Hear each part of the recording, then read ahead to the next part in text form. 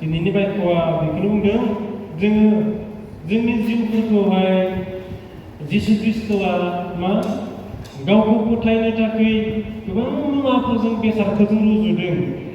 माखासे जोङो बाइबेलाव नायोब्ला जोङो नुयो जोंनि जिउफोरखौ सासे मानसि आबादारि बेगर फोनाय बेजों रुजुदों। दिनैनि गाहाम बाथ्रायाबो बेनो जोङो 43 नायबा नुयो आरो 44 नायबा नुयो। बेनिखायनो आं नोंसोरखौ होनो इसोरनि रायजोआ नोंसोरनिफ्राय लांजागोन जों बेखौ बुंदों। आरो 44 दङ जायफ्रा बेगर फोनायाव अन्थाइनि सायाव गोग्लैबाय बिसोरो हुख्रेमजाबाय होननानै बुंदों। नंगौ दिनै जोंनिफ्राय इसोरनि रायजोआ जोंनिफ्राय लांजायोब्ला दिनै जोंनि जिसु ख्रिस्ट'खौ लामा नायनानै थानाया जोंनि जिबनाव माबायदि जागोन? एजे ख्रिस्टियान व्यक्तिगत हिसाबै नोंथाङा दिनै थांनानै थादों आरो बिनि गेजेरजोंनो जिसु ख्रिस्ट' माला फैगोन आंबो बेजों थांफागोन होननानै दिनै नोंथाङा जुदि नायनानै थादों, बिनि गेजेरजोंनो नोंथाङा जुदि पाप मावनानै थादोंब्ला बेखौनो बुंदों दा जायफ्रा अन्थाइयाव गोग्लैबाय बिसोरो मानो नाख्रेबजाबाय आरो बिसोरो सिखांफिननो हाथारनाय नङा।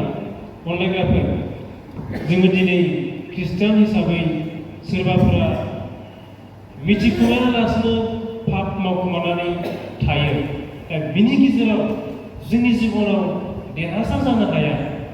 अनलायग्राफोर दा जिसु ख्रिस्ट'आ जेब्ला फैगोन नोंथाङा जुदि बेबायदि पाप मावनानै थादोंब्ला दिनै जोङो जिसु ख्रिस्ट'जों लांजागोना सम्भब नङा।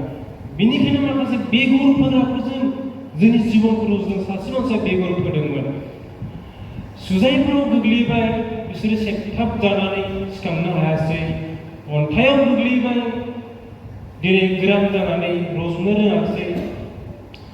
लामायाव गोग्लैबाय मानसिफोरजों गाफ्लेजायै रज'नो रोङाखिसै।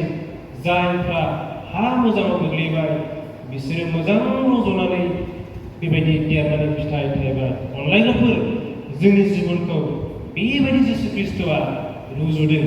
दिनै जोंनि जिबनफ्रा हा मोजां रज'नाय फांसे दंफां बायदि जानो नांसिगोन। अब्लासो नोंथांनि थामथिम खालामनाय जिबना बासायजागोन। अनलायग्राफोर जोङो थामथिम खालामनि जोङो गाज्रिखौ गारसोनानै जोङो मोजाङाव नांनानै थानोब्लासो जोङो देरहासार जानायखौ जोङो मोननो हागोन। हामबायसै इसोरनि गोथां बाथ्राखौ जाय व्यक्तिया खोन्थालांबाय आरो बे दिनैनि गुसुं बाइकनि सायाव इसोरा जों बयजों मोजां फोजोबथारा जोंनि गथाथोंसै बासिग्रा जिसुनि मुङै आमेन।